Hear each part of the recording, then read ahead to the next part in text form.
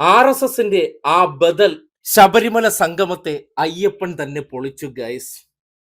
നാട്ടിൽ കിടക്കുന്ന സകല വിഷപ്പാമ്പുകളെയും വിളിച്ചുകൂട്ടി പന്തളം കൊട്ടാരത്തിന്റെ നേതൃത്വത്തിൽ നടത്തിയ ബദൽ അയ്യപ്പ സംഗമം.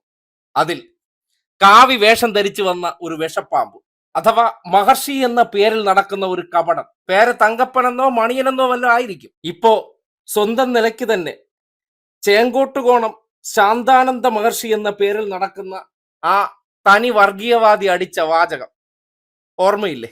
ഒന്ന് കേട്ടെ. ശബരിമലയിൽ വച്ചിരിക്കുന്നത് വാവരയാണ്. വാവരക്ക് ശബരിമലയുമായും അയ്യപ്പനുമായും കുലബന്ധം പോലുമില്ല. ആ വാവര് മുസ്ലിം ആക്രമണകാരിയാണ്. അയ്യപ്പനെ ആക്രമിച്ച് യുദ്ധത്തിൽ തോൽപ്പിക്കുവാൻ കടന്നു വന്ന തീവ്രവാദിയാണ്. അയാൾ പൂജിക്കപ്പെടേണ്ടവനല്ല, പൂജ്യനല്ല.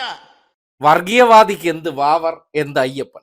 എവിടെ ഇതുപോലെ താടിയും മുടിയും വളർത്തി ഒരു കാവ്യം പുതച്ചു വന്നിട്ട് അലവലാതിത്തരം പറയുക എന്നുള്ളതാണല്ലോ ഇവന്റെയൊക്കെ ലക്ഷ്യം. അങ്ങനെ ഒടുവിൽ ആരാണോ ബദൽ RSS സംഗമത്തിന് നേതൃത്വം കൊടുത്ത അവർ തന്നെ പോലീസിൽ കൊണ്ടുവന്നൊരു പരാതി കൊടുക്കേണ്ടി വന്നു. പച്ച വർഗീയതയാണ് ഞങ്ങളുടെ സംഗമത്തിൽ വിളിച്ചു പറഞ്ഞത്, അതിനെതിരെ കേസ് എടുക്കണമത്രേ.